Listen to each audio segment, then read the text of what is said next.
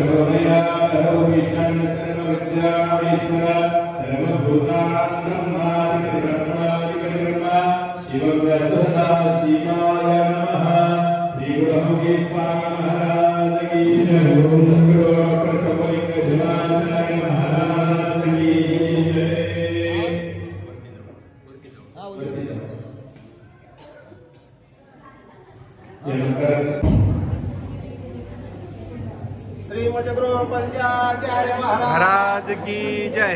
स्वामी महाराज की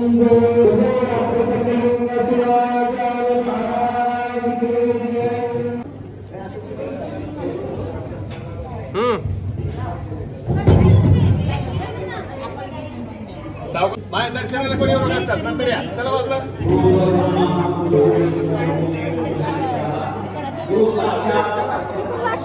चला पुढे चला पुढे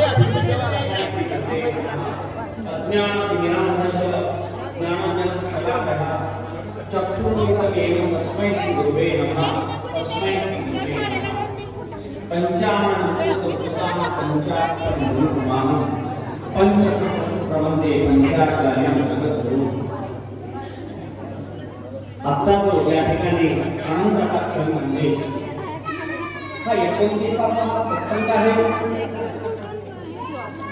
आणि या 29व्या सत्संगानिमित्त आपण सर्वत्र या ठिकाणी जमलेलो आहोत।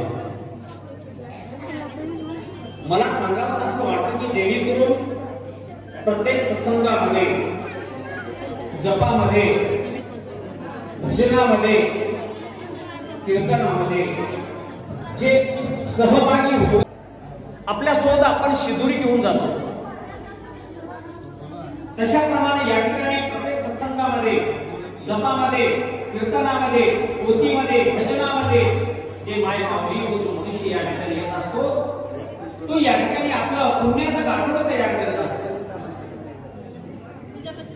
पुण्य म्हणजे कसं आहे या संसारामध्ये मनुष्याने भरपूर काही कमाई केलेली आहे।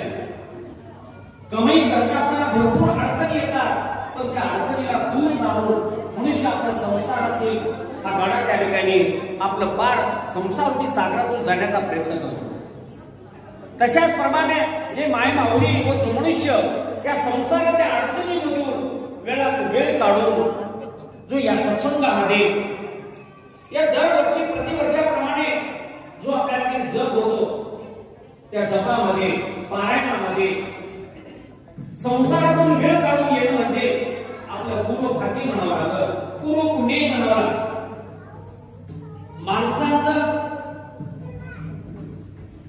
माणसाची भावना पाहिजे, माणसाचा चांगला विचार पाहिजे, माणसाच्या मनामध्ये त्याच्याबद्दल हक्की पाहिजे, त्याच्याबद्दल आवड पाहिजे तर मनुष्य वेळातून वेळ काढून त्या कार्यभागाला त्या ठिकाणी आपण येतो। जो पुण्य म्हणजे पुण्याचा ठेवा म्हणजे सर्वात मोठा ठेवा आहे। देव लोक सुद्धा एखाद्या मनुष्यानं भरपूर पुण्य केलेलं आहे त्या पुण्यवान मनुष्याला देव सुद्धा त्या ठिकाणी घेतो कारण तो पुण्यवान एवढा पुण्यवान असतो। त्या पुण्यवाची तुम्हाला कथा सांगायचं म्हणजे सांगतो त्या ठिकाणी या प्रथम तलावर 60 संवत्सरपर्यंत पाऊसच नव्हता। 60 संवत्सरपर्यंत पाऊस नव्हता। या प्रथम त्या ठिकाणी अन्न पिकायचं नाही, प्यायला पाणी मिळायचं नाही। एवढं असून त्या ठिकाणी गंगेचं पाणी आटून गेलं, समुद्राचं पाणी आटून गेलं,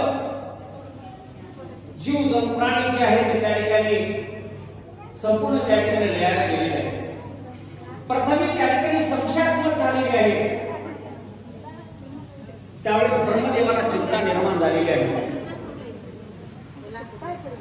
पण ज्यावेळेस ब्रह्मदेवाला चिंता निर्माण झाली, पण ब्रह्मदेवाला वाटलं की आता आपली पृथ्वी त्या ठिकाणी पूर्ण लयाला गेलेली आहे.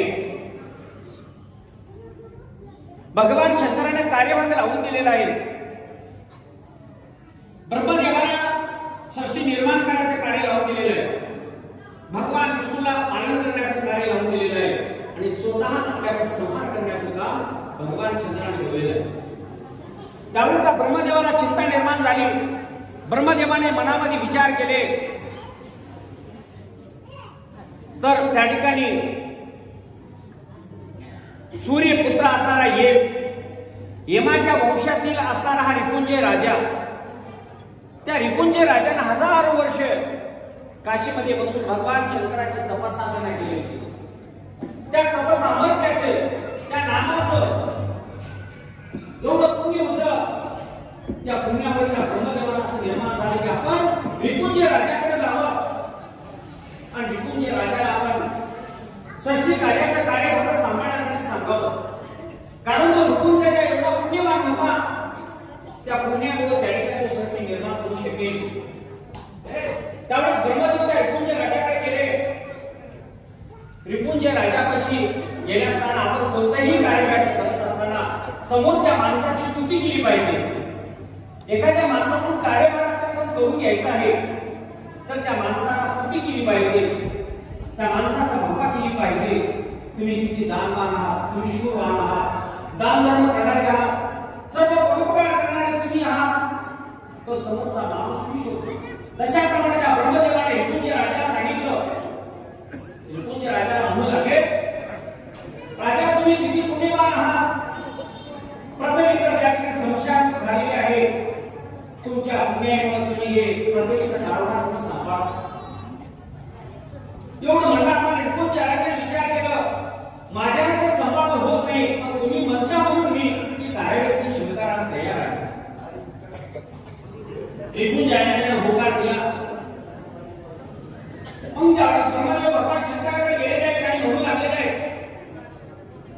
शेवटी रिपुंजय राजा काय म्हणतो, तुम्ही मला पृथ्वी निर्माण करण्याचं मला सामर्थ्य देत आहात, माझ्याकडे सोपवत आहात, पण माझं एक मान्य आहे. जसं अमरपुरीमध्ये इंद्रदेव जसा आहे तर या कशी या पृथ्वी तलावर मी एक रिपुंजय राजा आहे होणार, पण माझ्यापेक्षा श्रेष्ठ कुणी नको आहे, माझ्यापेक्षा मोठा कुणी नको आहे. ते भगवान शंकर सुद्धा असू दे, माझ्यापेक्षा मोठा नको आहे. तर मी ही कार्यभाग सांभाळतो नाही तर मी कार्यभाग सांभाळणार. रिपुंजय राजाचं म्हणणं ब्रह्मदेवाने ऐकलेलं आहे. ठीक आहे म्हणले.